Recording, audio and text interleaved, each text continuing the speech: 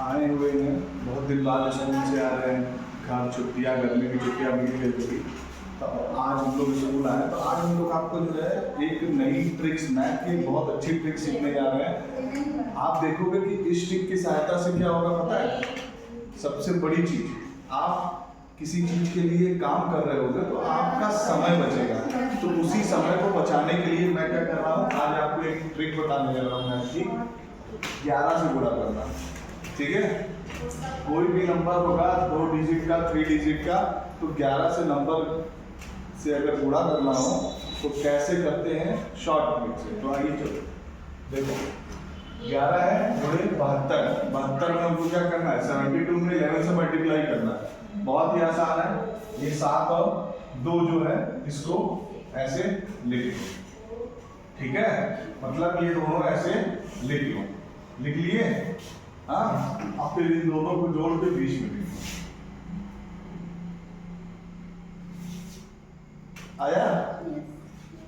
ये दोनों को लिख लिया और उसके बाद इन दोनों को जोड़ के 20 में लिख लिया। इसी तरह ये भी है, 11 से करना है, इसको लिखेंगे 3 और 5 और 20 में क्या करेंगे इन दोनों को 8। अब यहाँ आ गई, अब मैटर फंस गया, 3 वाला हो गया तो कैसे करेंगे, वही चीज लास्ट और फर्स्ट को लिखेंगे, पर जोड़ते समय थोड़ा सा ध्यान देना। पहले इन दोनों को जोड़ेंगे 7 2 9, फिर अब इन दोनों को जोड़ेंगे 5 2 7। 3 डिजिट में ऐसे करते हैं। ठीक है, 3 डिजिट वालों को कैसे करेंगे, 5 2 7, ये वाला ना, और 7 2 9, मतलब इसको कर देंगे, फिर इसको। ठीक है, अगर इसको करना हो तो चलो बताओ। अब बताओ कैसे करेंगे। यहाँ पर देखो क्या करना है, यही फिर वही चीज, इन दोनों को ऐसे लिखेंगे। अब क्या करेंगे, 5 3 8, फिर 5 2 7, तो ये हो गया। समझ में आया? तो ये क्या था, ये तुम्हारा मैथ्स का एक ऐसा शॉर्ट ट्रिक था जिससे हम क्या कर सकते हैं, 11 से किसी भी संख्या में मल्टीप्लाई करना हो, गुणा करना हो, तो इस शॉर्ट ट्रिक से हम इसको आसानी से कर सकते हैं ना। तो क्या करेंगे, वही काम, पहले और लास्ट को लिख देंगे यहाँ पर। ठीक है, पहले और लास्ट को लिखेंगे, उसके बाद क्या करेंगे, उन दोनों नंबरों को जोड़ के यहाँ लिख देंगे। फिर यही काम करेंगे, पहले और लास्ट को यहाँ पर लिखेंगे और फिर इन दोनों नंबर को जोड़ के बीच में लिख देंगे। ठीक है, अब 3 डिजिट वालों में समस्या आई तो क्या करेंगे, पहले और लास्ट को लिखेंगे, फिर ये लास्ट के 2 डिजिट को जोड़ा, यहाँ लिखा, फिर फर्स्ट 2 डिजिट को जोड़ के यहाँ लिख देंगे। तो ये आसानी से हो जाएगा। इस तरीके की संख्या को करने के लिए ये तरीका करते हैं।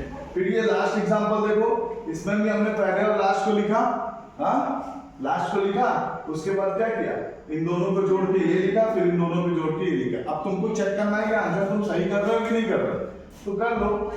11 से 2 का गुणा करेंगे, 11 दूनी 22, 11 7 जोड़ेंगे तो 11 सते 77, और जो 2 हासिल था क्या हो गया 79। इसका मतलब हम लोगों ने इसको सही किया है।